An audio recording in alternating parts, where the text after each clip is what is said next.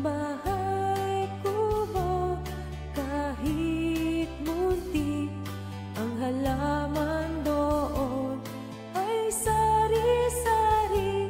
singkamas at talong, sigarilyas at mani, sitaw, bataw, patani, kundol, patola, upot, kalabasa, at saka meron pang labanos, mustasa, sibuyas, kamatis, bawang at luya. Sa paligid-ligid ay puno ng linga.